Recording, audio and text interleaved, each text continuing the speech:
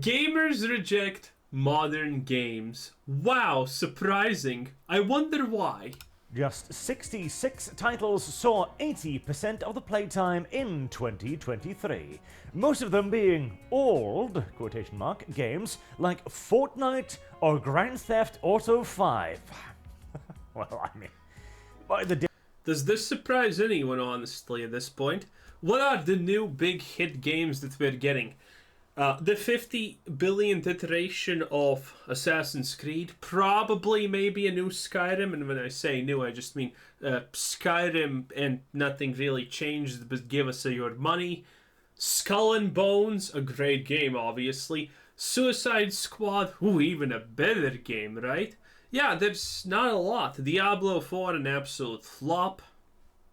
Yeah, there's not much, is there? definition, yes, that is true. See, I've been seeing this statement being bandied around a little bit as if it is an indication that the good old days were simply so much better than they are today. But the good old days, No. well, in this case, the good old days are still pretty much the bad current year days, in my opinion. And the whole thing in and of itself is hardly that groundbreaking, as, hell, we had reports from 2022 as well, basically stating the same thing. As it turns out that a game literally designed to be played forever, Fortnite, is being played forever. I know. Shocking indeed. How could this happen? Who could have predicted this? Shocker. But what I think is more important and interesting to point out about this entire survey here, which basically suggests that most of the games played are simply quite old. On PC, 9.6 years. On PlayStation, 7.4. Xbox, 7.2, with only the Nintendo Switch having a 3.9. Now, a 4-year period is hardly a blink of an eye, but considering the average development time of video games, a 4-year period of domination by certain titles makes a lot of sense, really. And you also got Zelda, The Legend of Zelda Tears of the Kingdom, Super Mario Bros. Wonders, Mario Kart 8. Like, these aren't, Fortnite-style games. Or Grand Theft Auto, which is all PC, The Sims 4. Yeah, I guess that does make some sense, right? League of Legends is 7. Wow. Call of Duty, Valorant, Grand Theft Auto, Rocket League. Rocket League is that popular? Holy, I did not expect something like that, though. also kind of become a Fortnite game, or Minecraft, you know? Though, there aren't a whole lot of strictly speaking. Well, look at that, the Switch, Hogwarts Legacy is at 9. Hogwarts Legacy is definitely not a game that was intended to be played forever. Even though you can have some mods in it, Hogwarts Legacy is just like, you play it, there's very low replayability, but it's a good game, so people played it anyway. Wow, that it's 9 on Switch is amazing. I didn't expect even it to be in any list, honestly. Who would have expected, huh? Speaking single-player games on the list, Starfield. There's Starfield. There's no way that... Oh my god, Starfield is 8. It just shows you in how dire of a state Xbox truly is. The fact that Starfield is in a top anything... Oh man, mamma mia, that's bad. Well, then you have FIFA 23, which also shows you how bad things really are. Damn. Rainbow Six Siege. Well, Rainbow Six Siege is not a bad game by any accounts, but the fact that it's 6, man, Xbox has issues, okay? Oof. I don't know how the hell Starfield got on this list at all, honestly. There's gotta be a lot of very weird people out there, that's all I can really say. And Hogwarts Legacy. I think, if anything, the most important takeaways from this thing is 2. 1, it completely and utterly disproves the Warner Bros. Statement we saw a few weeks ago that, oh, the video game industry is crashing because it's just so darn unreliable. We just can't tell what's gonna be popular. It's so volatile, you understand. Everyone can tell what's going to be popular. Make a game that's good. It's good. It's popular. I know, that's so strange. Make good product. People buy product. But, you know, it's, again, in modern gaming studios don't understand even all these simple, basic things that you and I can just tell by closing our eyes. For them, it's like, gamers are not buying our microtransactions, and they're not buying our 15 DLC of things that we cut out of the base game. That's bad. How can we know what's going to succeed and not if they're not buying microtransactions? Well, if you're that stupid, and every gamer thinks you're that stupid if you say things like that, well, yeah, you're gonna have problems. But for us, this makes perfect sense. No, not at all. The video game industry is not particularly volatile in the slightest. In fact, even though the fact that Fortnite is clearly dominating everything is a red flag for the future of humanity, but that's the future of humanity, not gaming. So, you know, we kind of can chill on that one for now. Primary problem appears to be that it's unfathomably sedentary. Again, Fortnite is hardly a spring chicken at this point, and it itself was basically just a last-minute deviation to try and get on the, what's that game called? The shooter game that started all of this survival shootery thing, God help me, I don't even know now. My interest in this particular genre is zero. Yep, no, still can't remember. Anywho... And Minecraft, which is older still. Like, Minecraft was a topic when I was in school, goddammit. Yeah. Yeah. Minecraft's as old as dirt at this point, boys. Like, clearly here, the industry isn't particularly... The Sims, goddamn you! The Sims as a franchise is But how is The Sims dead? I'm really surprised about this one, though. Ancient. League of Legends, God help me. Actually, League of Legends is how many years old? 15, 10, 20? No, the video game industry is not very... No. League of Legends is like 15 or 10 years old. Volatile. It's rather sedentary. And what becomes hits is actually fairly easy to predict because the majority of the market right now are casuals. And here's the problem, though. I, too, am a casual in most games, by the way. There are very few games where I choose to not be a casual at this point. The casuals are also creatures of habit. This makes it very difficult for new contenders to get into this field. It is very difficult for an outside company to try and create Fortnite because, well, Fortnite already exists. Yeah. And thus, nobody is going to switch over from Fortnite to your alternative unless your alternative is absolutely mind-blowingly amazing, or somehow manages to tickle the pickle of the casual audience even more so. And this can happen on occasion with Call of Duty, for example, which I do believe was, there you go, Call of Duty Modern Warfare there. Because Call of Duty was once actually the outlier. It was the competitor to Medal of Honor, which was the largest... Oh yeah, remember those times? Wow, how things change. Shooter, multiplayer kind of thing, right? And then Call of Duty came up from behind it, appealed better to the audience and to a wider, more casual audience as well. And now, Medal of Honor, hell, most people probably don't even remember that it was a franchise. Dude, I forgot it exists until he said it. Wow. So it is possible, but it depends primarily upon your ability to debase yourself yet further. As the wider market, as we often call it, right, it is real to a degree. I like to call it, the illusion of the wider market, or the mystical wider market, because for the majority of titles, it is a false mirage in the desert. To Total War, for example, the wider market is absolutely a big fat lie because you're a Total War game. You will never be Fortnite, no matter how hard you try to appeal to the lowest common denominator. You will... Oh, yeah, this is true. And man, this ruins so many games, and I'm so tired of it. How do these publishing companies, how do these game developers not understand it? This is what we saw yesterday when we watched the video about how Diablo devs ruined Diablo, and they're talking about it. They had a player base of Diablo 2, and they said, you fan base that made us big, that made us popular, that has stuck with us.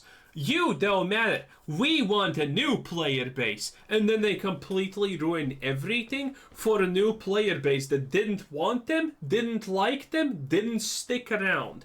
And so they just, you know, pretty much nailed themselves in the coffin. It's crazy. And so many developers just do this. They make a game. It's kind of good, you know, but it's not the biggest thing ever. And they're like, how can we get more normies into this game that don't care about it? Oh, and then they do something stupid and then they ruin the game. How many times has this been done? I am so tired of gaming companies just doing this for some kind of idiotic greed that they don't even understand is going to just destroy their product for everyone. Oh man, it's like Magic the Gathering is trying to constantly go appease to the lowest denominator of a person who can barely speak and eat on their own, and they're like, yeah, that's gonna be our core audience. So dumb. Will never ever reach them because they're going to look at you, a strategy game, huff, spit on you, and get back to playing Call of Duty. For these games, success is more easily achieved. All you really need to do is go for your core audience, which is what Nintendo proves again and again and again and again. Why do we have 8 Mario Kart games? Now, bear you in mind, I don't know much about Mario Kart, so perhaps I'm wildly mistaken here, but I do believe that the core gameplay loop of Mario Kart has remained largely unchanged as number 1. Yeah. And others don't understand it. It's like, they make a good game, and now they're like, aha, we sold well. Time to completely throw everything in the trash that we did. And make something completely new because we want an audience that's new for no reason. And someone actually commented about this yesterday, and they said, these games throw away their loyal audiences that actually made them into AAA developers and whatnot, that made them famous. And they're throwing these fans away for a new audience, but the new audience doesn't even exist or want them or like them. So why do that? And they keep just trying to get this new audience. It's so pathetic and tiresome. Why then are there 8 of them? Why are we still making Zelda games? Why are we still making Super Mario Brothers games? Because you have a thing, it has an audience, and you simply keep feeding that audience what it wants year after year after year. That is how you build a franchise. Too many developers today are trying to become Fortnite, just overnight, just like that. Oh hey, we're an enormous success. You're not going to be. The odds of you being the next blow-up success are about 0.00000 ad infinitum 0.1. Agreed. You know how many games get released by AAA devs a year? It's actually in the hundreds. How many of them are successful or good? Not a lot. Indie development games. There are literally tens of thousands of indie games released every single year. Yeah, that's a huge number. How many of them get critically acclaimed? Almost none. 1%. Especially in a market already oversaturated with the next big things. Unless you actually do come up with a completely different next big thing, you're not going to be competing with the already entrenched opposition. I thought... True, but you can't...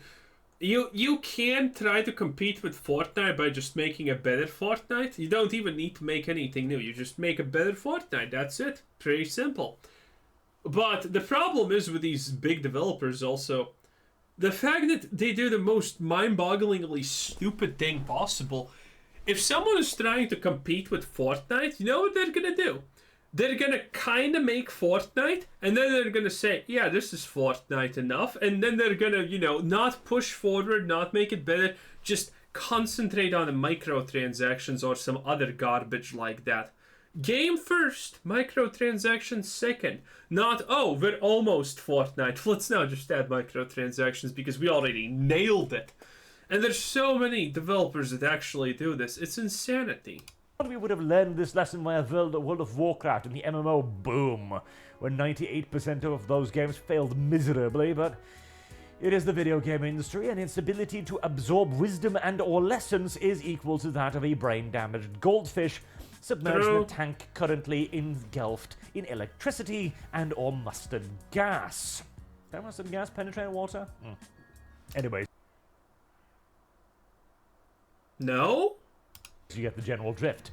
You need to create the audience. See, Total War didn't become big overnight either. It built an audience slowly but surely over time by perfecting the formula. The grand strategy in general is a fantastic example of what new developers need to be aiming for. You need to be aiming for the paradox model. Now, paradox has gone to hell in a handbasket in and of itself, but the basic idea is still build an audience, build a niche, and then construct. And you are not even giving up the possibility of becoming a blow-up success by doing so. Crusader Kings 3, years after its release, became a blow-up success. True. One of the easiest success stories, by the way, in this respect is... I forgot what it's called. I'll probably remember it. Helldivers 2, the perfect example. Nobody played Helldivers 1. Okay, that's a bit of an exaggeration, but you go... Helldivers 2 was different than Helldivers 1 also. I didn't play Helldivers 1, but, still, they made a good game, and they keep making around it. It's pretty simple. What I'm saying, right?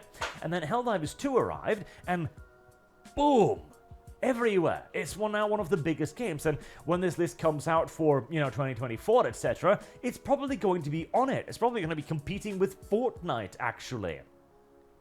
You've got to construct franchises, video game developers. You cannot go for one and... Oh, I remembered. The easiest example ever. Dark Souls. Dark Souls was not a popular genre before Dark Souls actually was made. Now, there were Dark Soul-ish type of games, but none of them were a critically huge success. But then suddenly Dark Souls came in and everyone loved it. And Dark Souls is a more complex game than the average. It's more in-depth than the average. And it's slower than the average. Like, these are the things that no one thought could succeed, and yet here we are where Dark Souls is one of the best-selling games whenever it releases or even, farts in the wind. It's like, just make a good enough game and people will come. You can actually shift people's ideas of things. And now there are people that are trying to make Dark Soul-like games because Dark Souls was such a hit and it suddenly created all these people that wanted to actually play games like this that, it's a whole genre and it's called Dark Souls-like games. It's crazy. The easiest example. Dump games anymore because the market of hits is probably dead. And this does suck to a certain degree, absolutely, because what I'm essentially saying is you've got to make this is my franchise 1, 2, 3, 4, 5, 6, 7, 8. And that hardly encourages innovation in the gaming market. And I wish it wasn't so. I wish we could return to the days of, Company of Heroes and Dawn of War, where games would release and they would at least have something special about them, right? Company of Heroes, a revolution in the strategy game market. Dawn of War 2, and 1 with the sync kill animations. The sync kill animations weren't anything particularly, revolutionary when you think about it. All it really is that units look cool when they kill each other, but at least it was something, right? Especially compared to Dawn of War 3 or Company of Heroes, the new one, so on, so on. Wait, did he just, badmouth Unreal 3? Right? Especially compared to Dawn of War 3 or Company of Heroes, the new one, so on, so on. The key really is to find one thing to innovate on, one thing to advance further, and then continue to building. Helldivers 2 could be used again as another excellent example of this.